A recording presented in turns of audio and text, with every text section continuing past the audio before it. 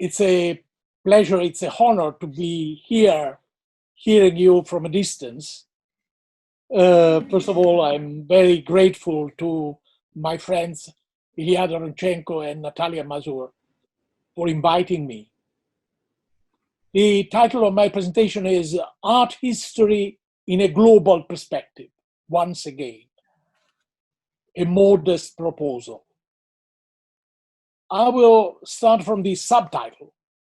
I'm fully aware that Jonathan Swift's modest proposal was inspired by a bitter sarcasm.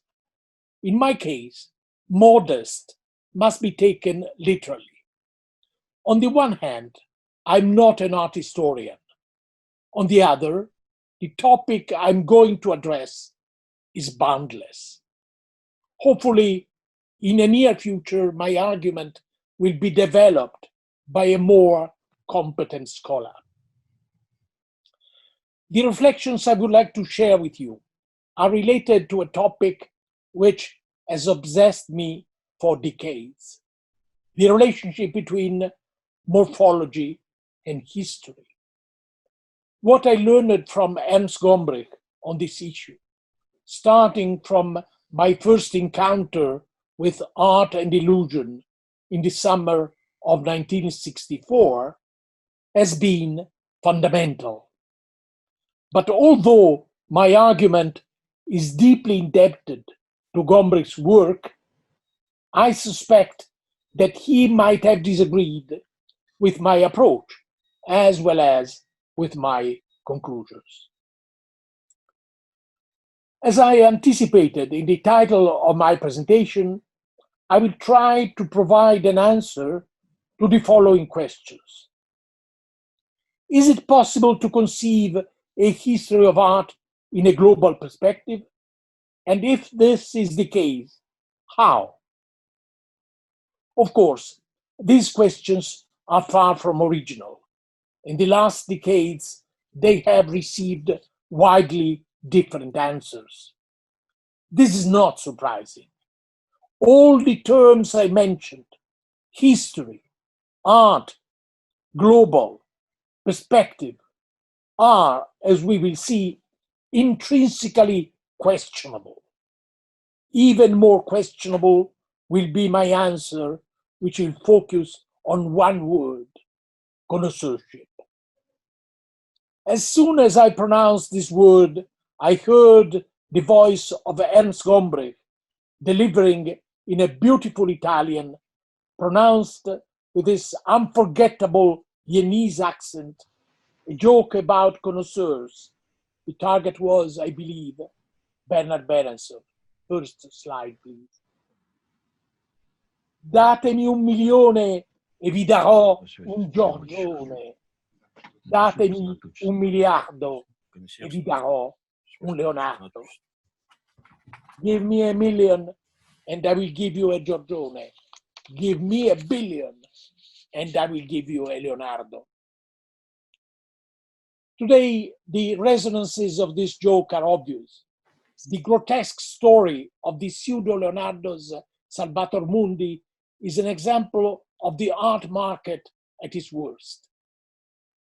Undoubtedly, the connection between connoisseurship and the art market is ancient and risky, but also, as we will see, ambiguous. In any case, nobody should dare to use this argument to dismiss the cognitive value of connoisseurship. Although connoisseurship was not at the center of Gombrich's work, he occasionally looked at it with great interest. In a passage of The Sense of Order, Gombrich recalled that the gestural component, what we may call the handwriting, which allows the connoisseur to attribute a drawing, is, quote, rooted in the soil of natural organic movements, end quote, meaning an area which is not exclusively human. In the same year, 1979, I wrote an essay entitled Clues, in which I mentioned Giovanni Morelli the famous connoisseur who used to sign his provocative essays with a pseudo-Russian pseudonym, Ivan Lermoliev, as a prominent example, along with a real person, Sigmund Freud, and a fictional character, Sherlock Holmes, of a cognitive paradigm which went back to Neolithic hunters, based on the decipherment of traces of both animals and humans. More recently, reflecting on morphology and its implications, I immersed myself again into the work of George Cuvier, the founder of modern paleontology. I read over and over a passage of the Discours préliminaire placed at the beginning of his Recherches sur les ossements fossiles des quadrupèdes, in which Cuvier described his own scientific project in the following terms. Next slide, please.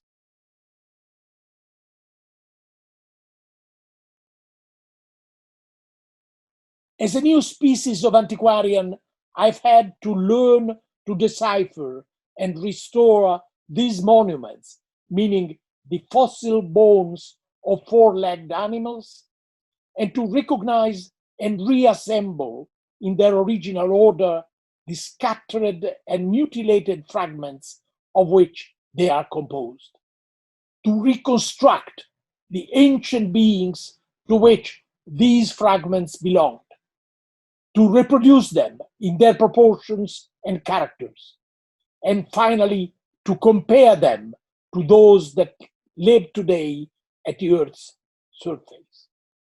This is an almost unknown art.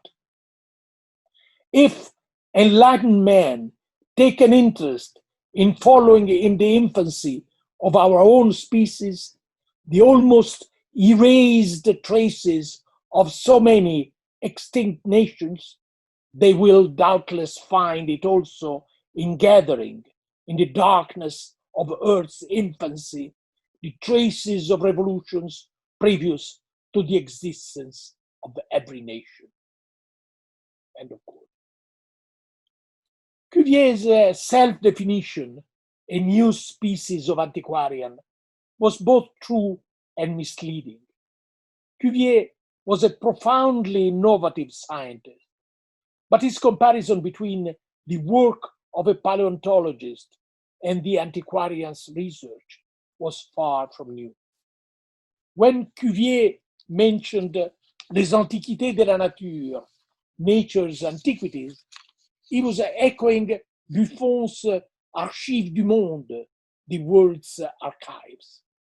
Long time before them, Robert Hooke, natural philosopher and architect, in his lectures and discourses of earthquakes and subterraneous eruptions, delivered to the Royal Society between 1664 and 1699, and published after his death in 1705, emphasized over and over the analogy between fossils and human artifacts. A couple of quotes will be telling enough. Next slide, please. No coin can so well inform an antiquary that here has been such or such a place, subject to such a prince, as these shells will certify a natural antiquary that such and such places have been under the water, that there have been such and such preceding alterations and changes of the superficial parts of the earth.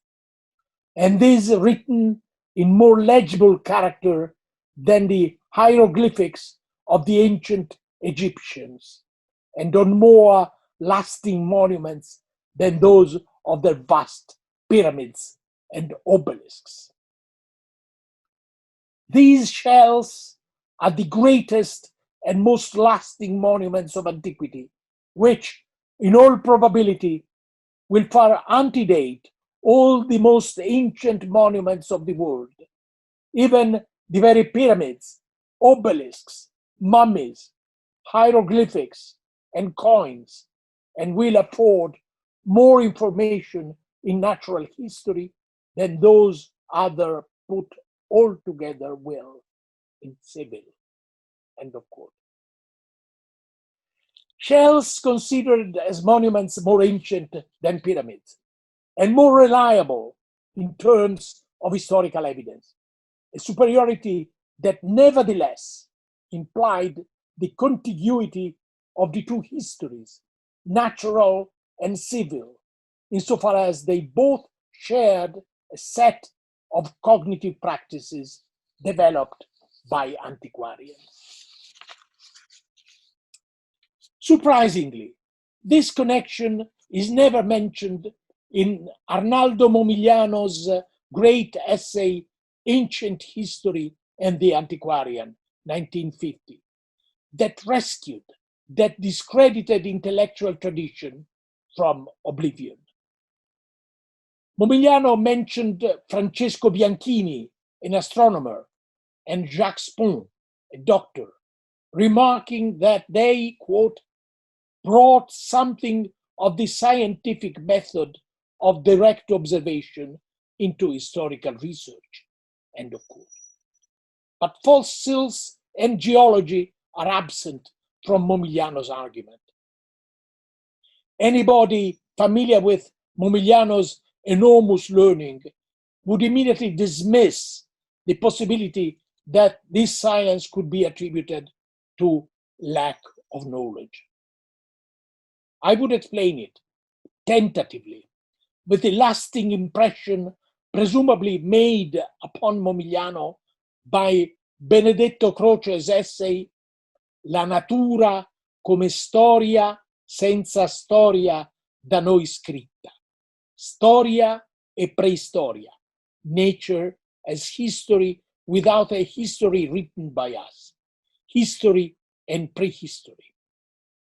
In those dense, aggressive pages, published in 1939, Croce severed any link between civil and natural history, opposing Vico's bestioni to le fantastiche origini animalesche e meccaniche dell'umanità, imaginary, beastly, and mechanical origins of the humankind, a self-evident, scornful allusion to Darwin.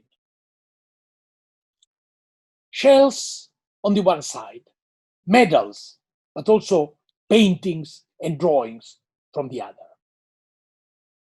The intricate dialogue between the two dimensions of antiquarianism, natural and civil, is fully displayed in the writings of Antoine-Joseph Dezailler d'Argenville, born in 1680, he died in 1765.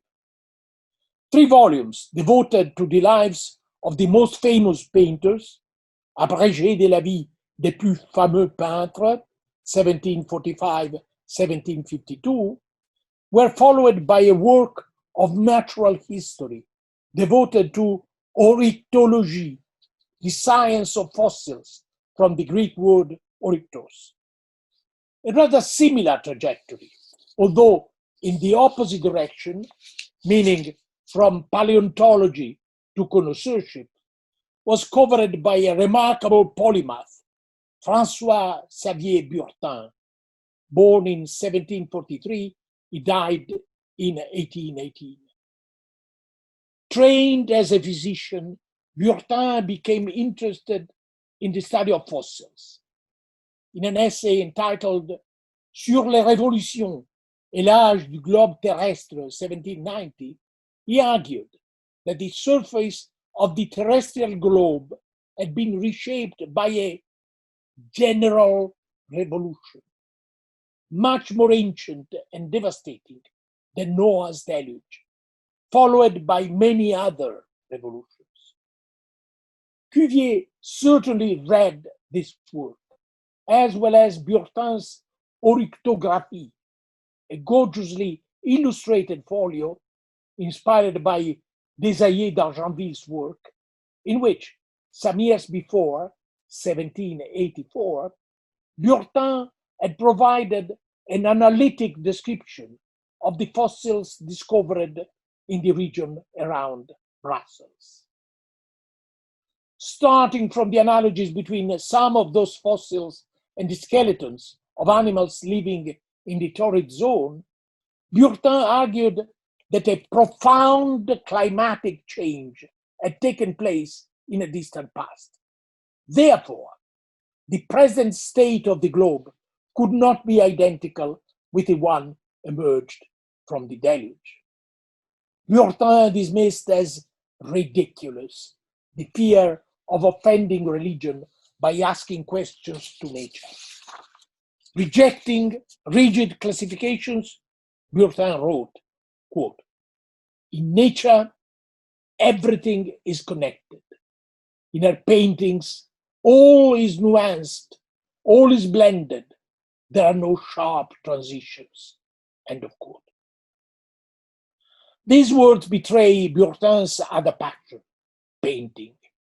A collector and a connoisseur, Burtin published a traité théorique et pratique des connaissances qui sont nécessaires à tout amateur des tableaux, 1808, translated and abridged into English under the title Treatise on the Knowledge Necessary to Amateur in Pictures, 1845.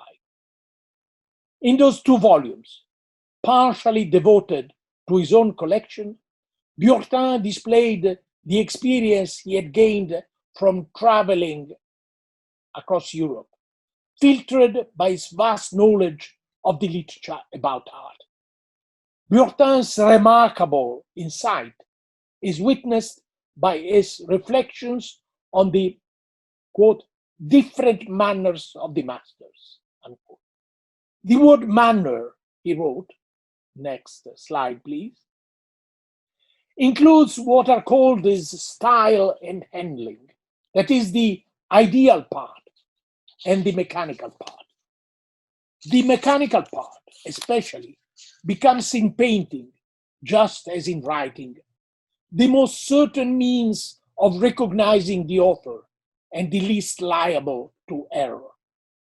For although both may vary at pleasure the nature of the subjects, the one cannot in like manner alter his style, his orthography, and especially his handwriting, nor can the other change his coloring, his impasto, and his touch.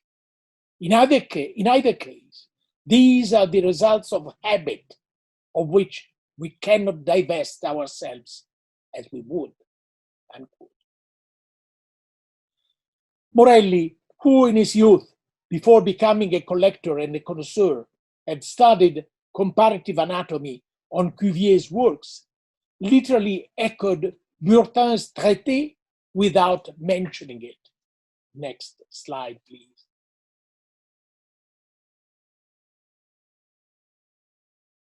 Nearly every painter has manners that are the result of habit that he displays without being able to control them. End of quote.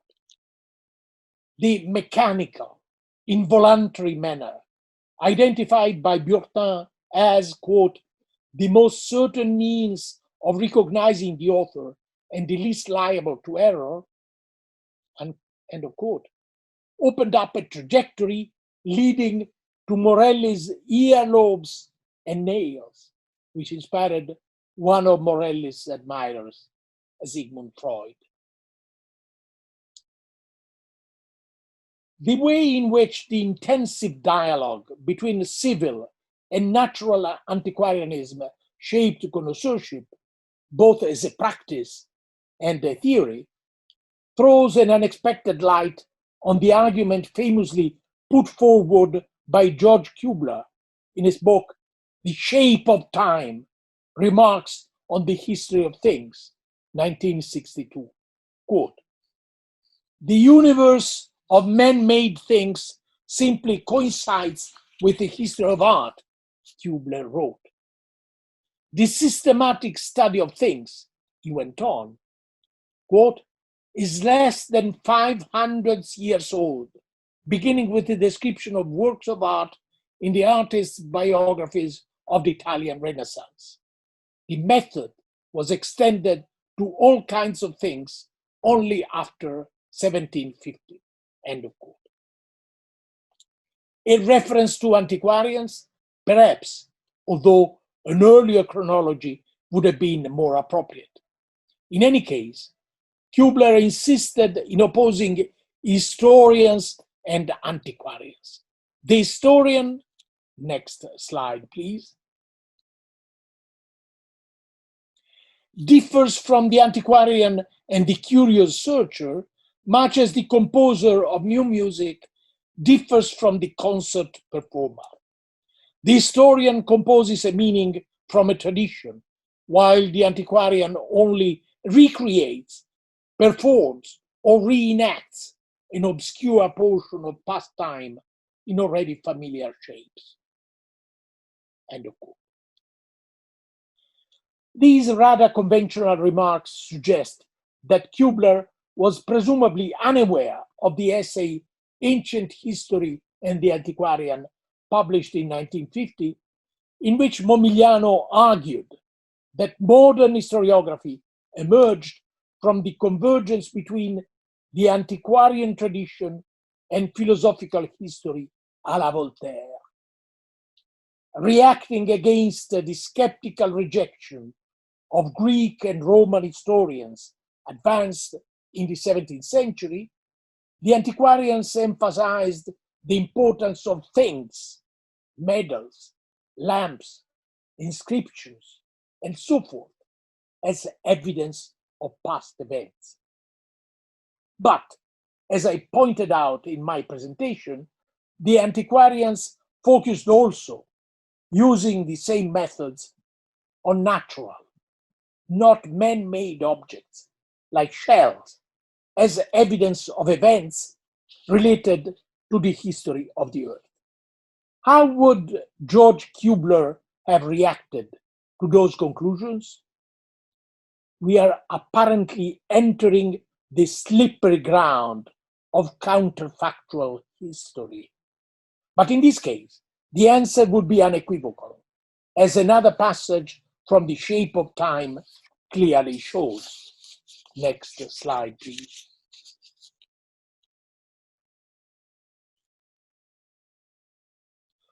Although both the history of art and the history of science have the same recent origin in the 18th century learning of the European Enlightenment, our inherited habit of separating art from science goes back to the ancient division between liberal and mechanical arts. The separation has had most regrettable consequences. A principal one is our long reluctance to view the processes common to both art and science in the same historical perspective. End of quote. This reluctance is, in fact, one of my targets.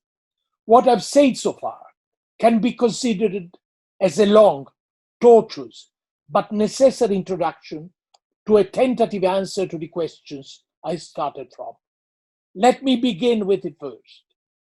What is the role of connoisseurship within the broad version of antiquarianism, both natural and civil, I am proposing? In a note published as an appendix to the Italian translation of Kubler's The Shape of Time, Giovanni Previtali, the art historian, wrote, next slide please.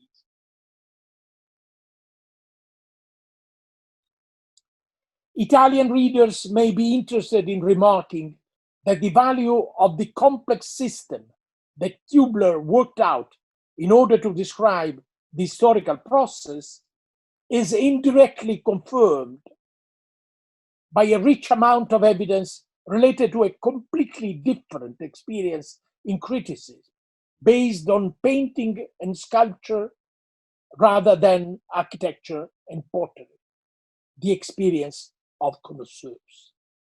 End of quote. At this point, Previtali mentioned a few names of famous connoisseurs, starting from Giovanni Morelli. As you may recall, Morelli studied paleontology on Cuvier's writings and was inspired by François-Xavier de Burtin, paleontologist and connoisseur. This intellectual context emphasized the connoisseur's focus on the objects, on their details, on their formal qualities, on their materiality.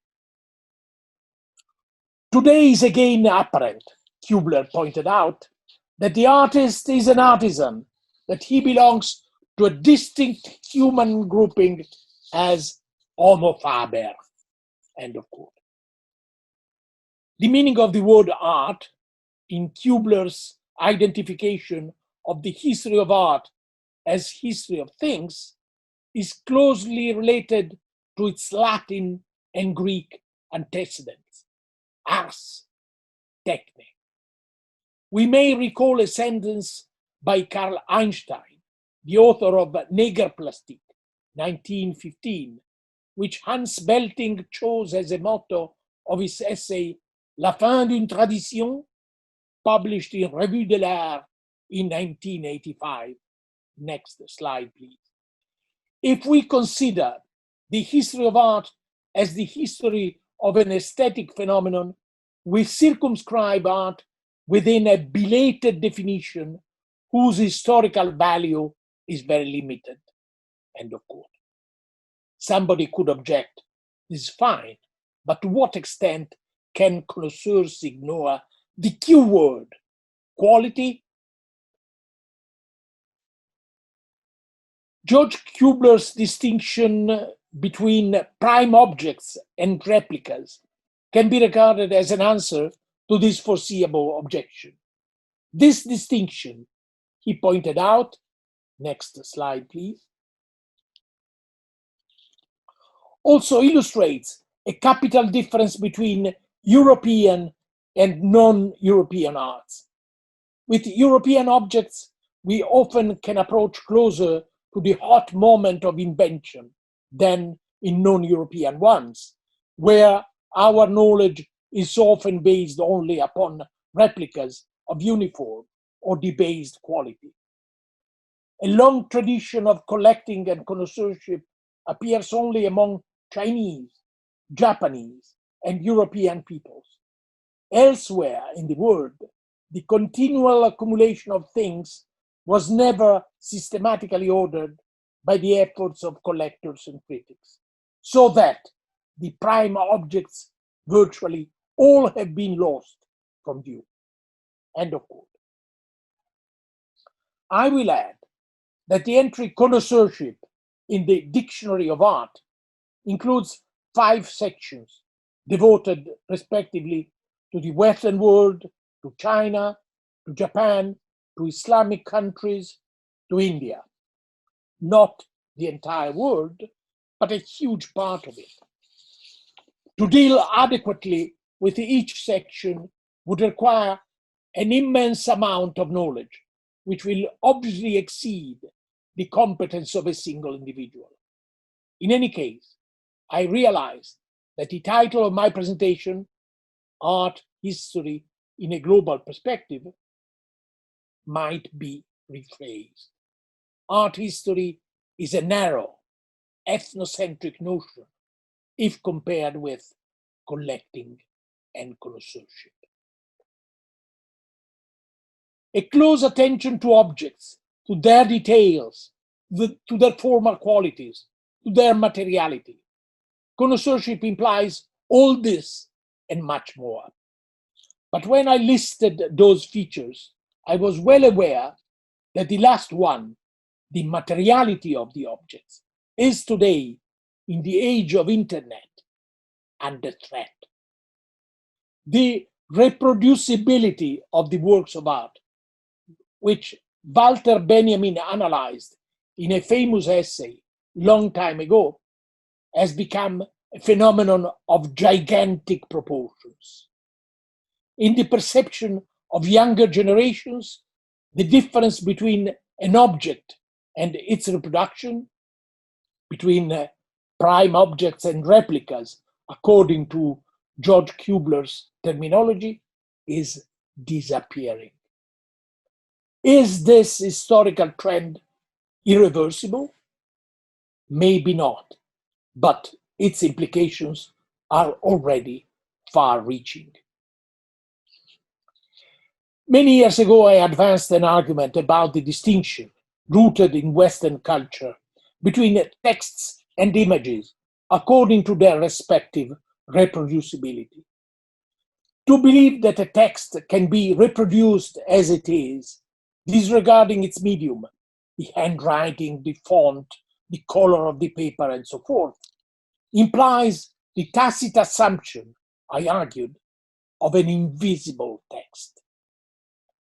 The uniqueness of images, of a certain class of images, implies the absence of this assumption. Hence, the difference, not only from the point of view of the art market, between a painting by Raphael and a copy of it. A similar argument had been put forward by Etienne Gilson and Nelson Goodman, but in ontological terms. My argument was, on the contrary, entirely historical. This is why, in my discussion on the invisible text, I mentioned the role of handwriting in China, which has no comparison in the West. But in the age of internet, the distinction between texts and images is becoming weaker and weaker. The widespread shift from art history to visual studies and the growing marginalization of connoisseurship are part of the same phenomenon.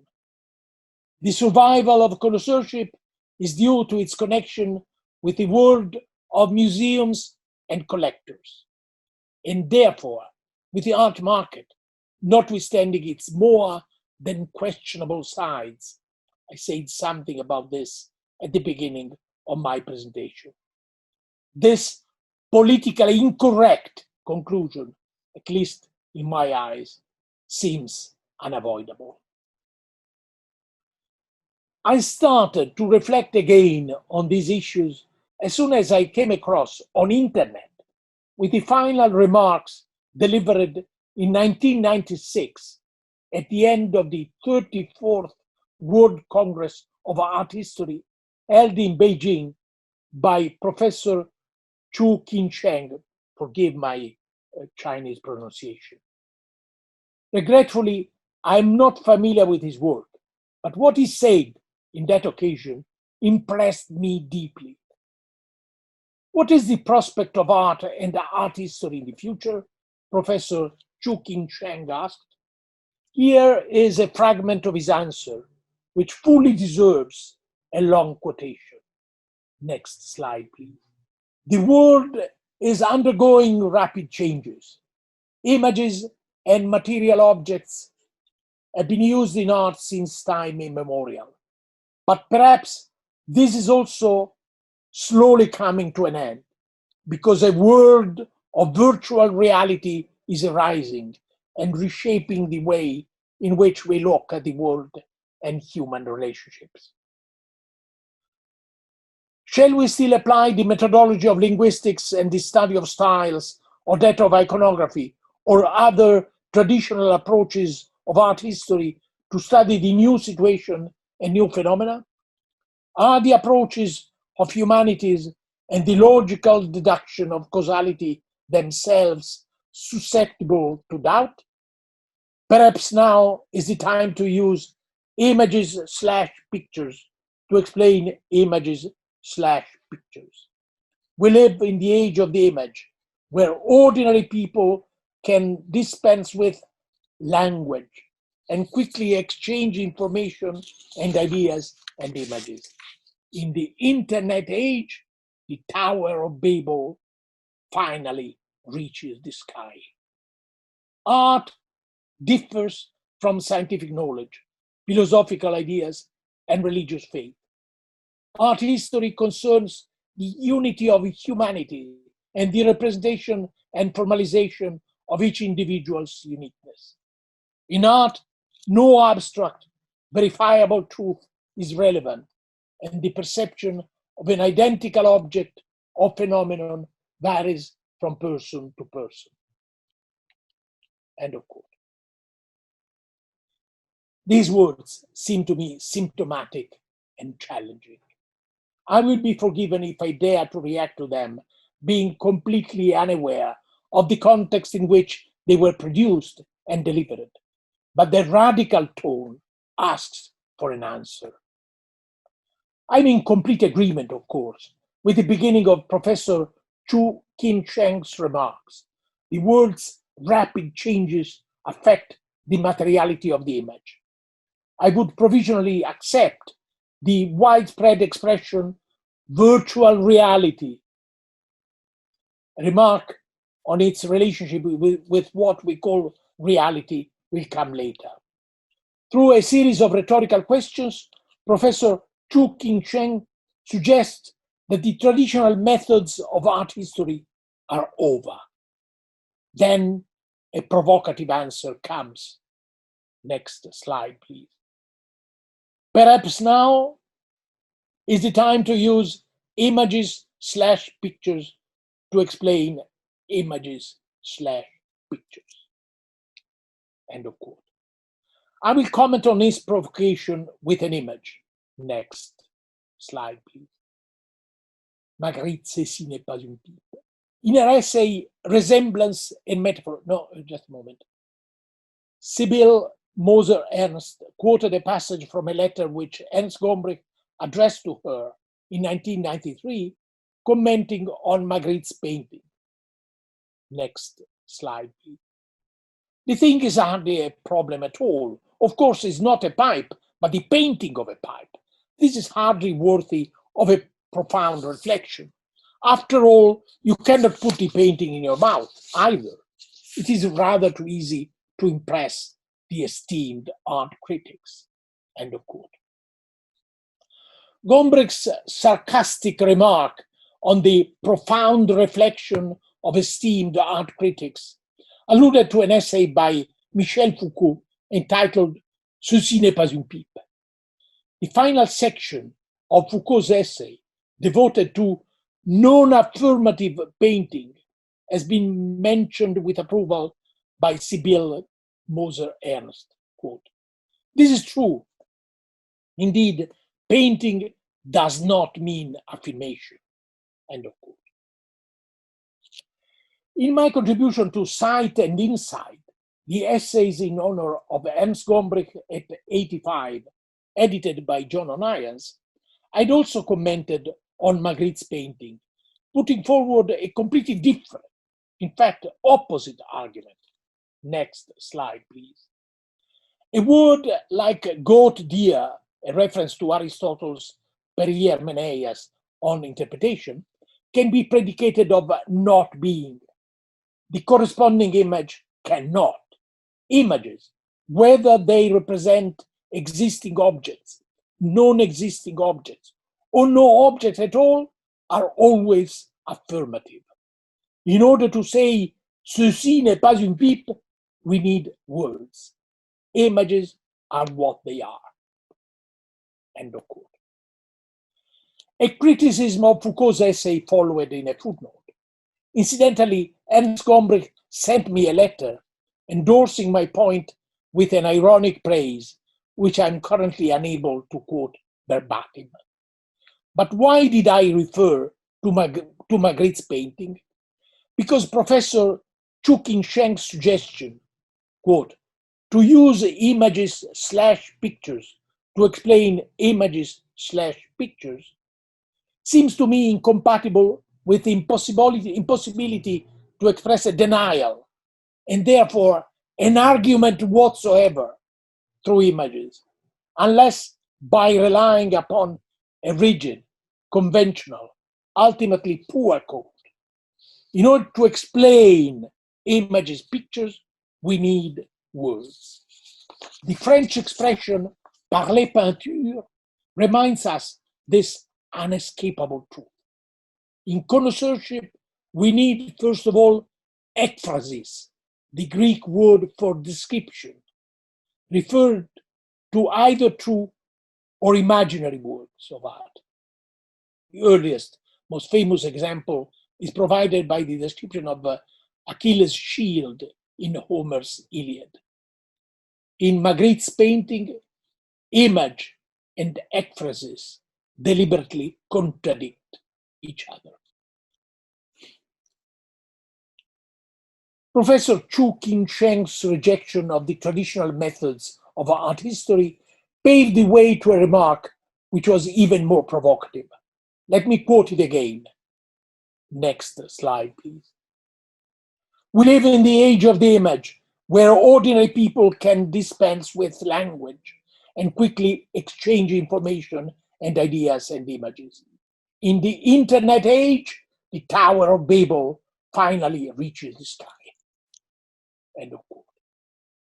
According to this joyous prophecy, articulated in the present tense, in the post-Babelic age of image we live in, historic languages are finally disappearing.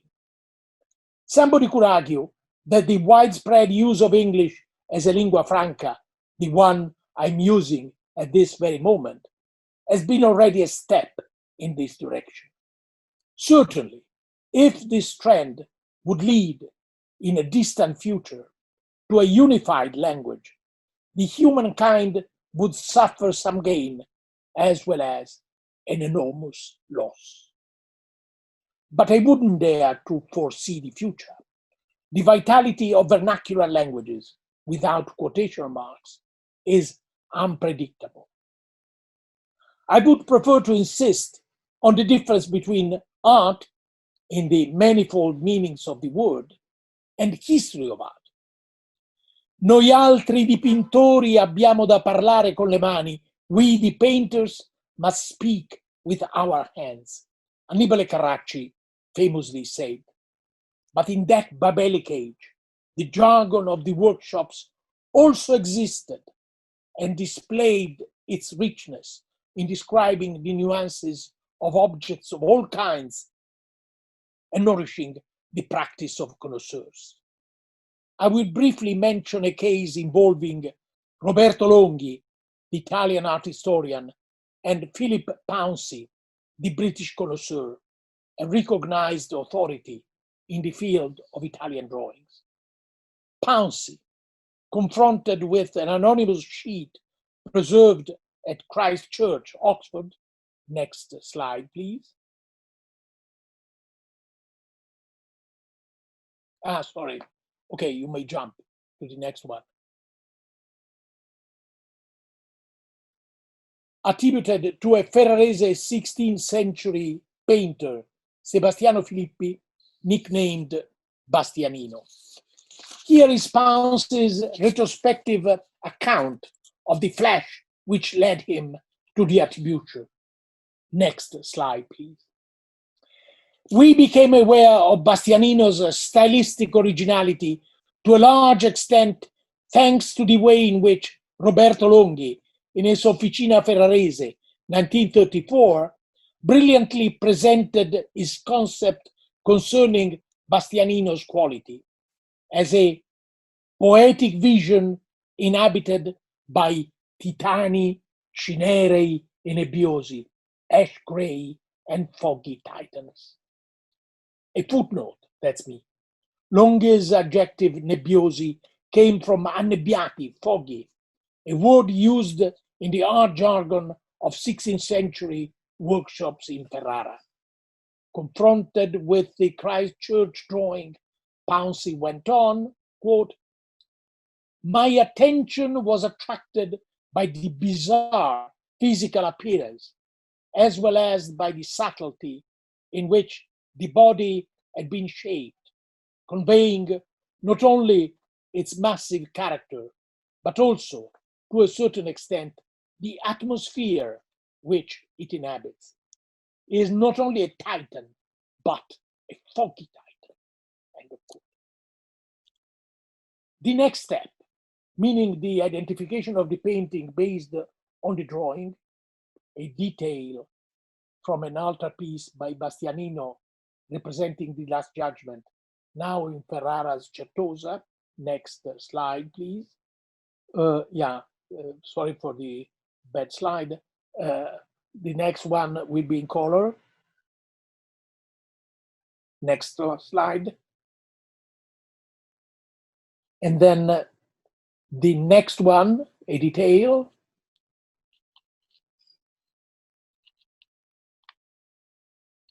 And then next one, the drawing at Christchurch. And then next one.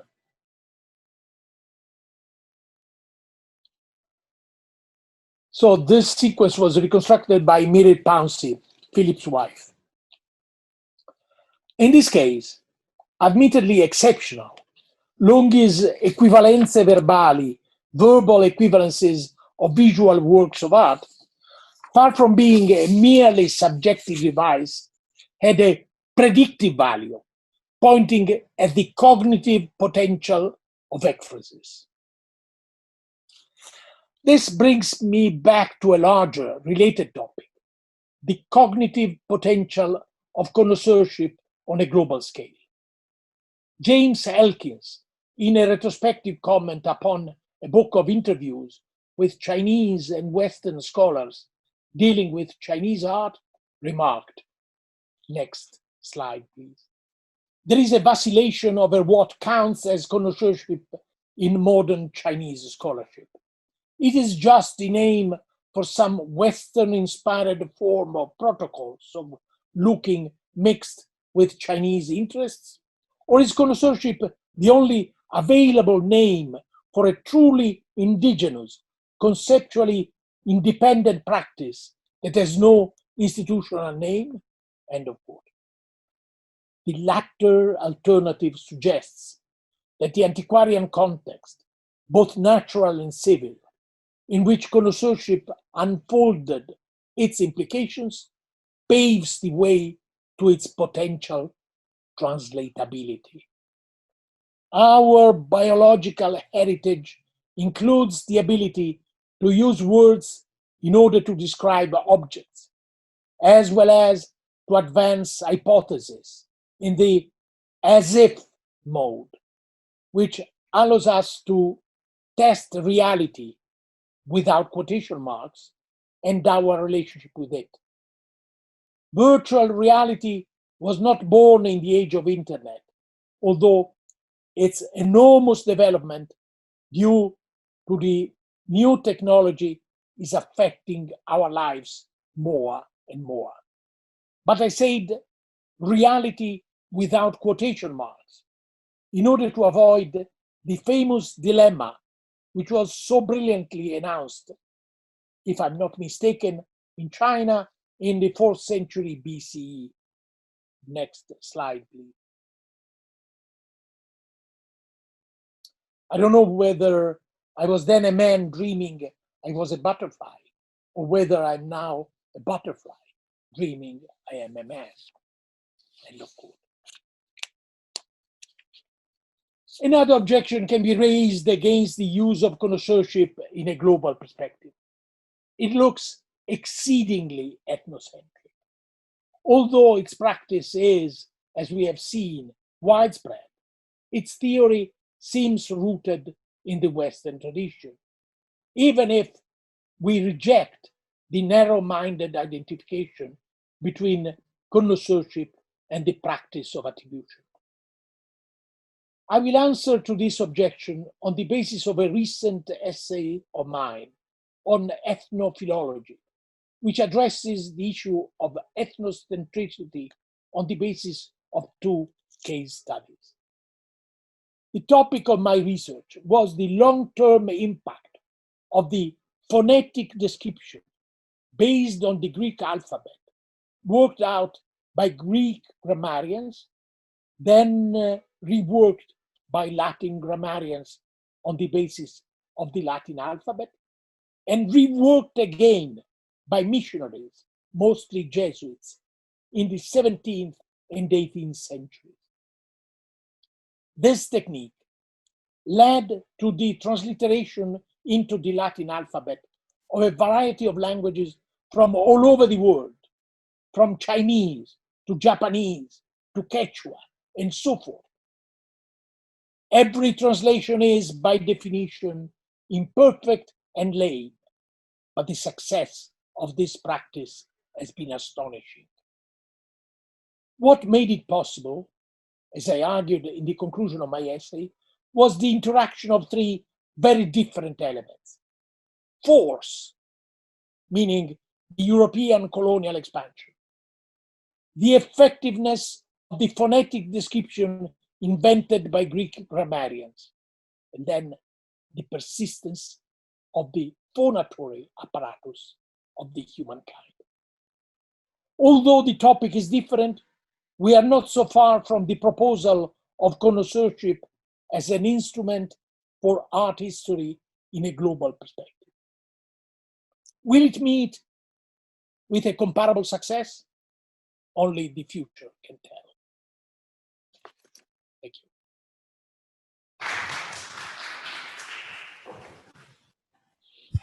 Look, Carlo, I may have a question. Yeah. Regarding this idea of global art history, a very sensitive one. What would you say about this possible future of this discipline, of equation of all traditions?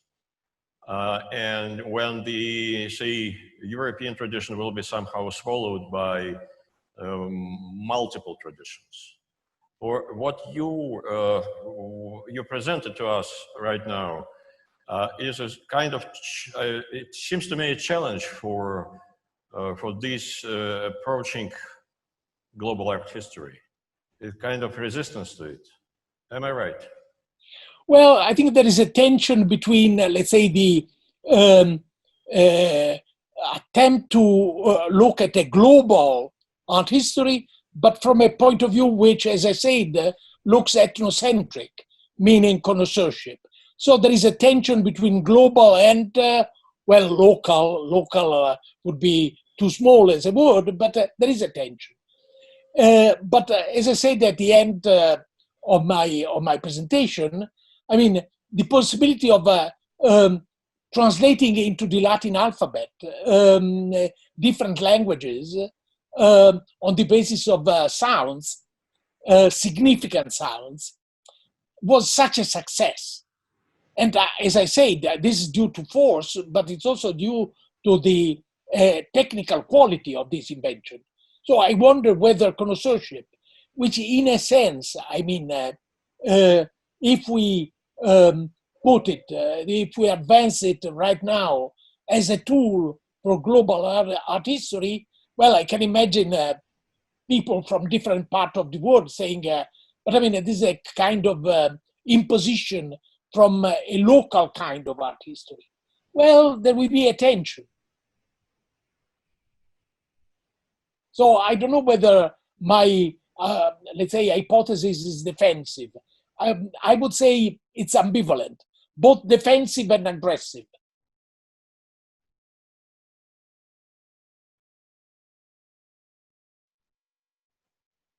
Thank you.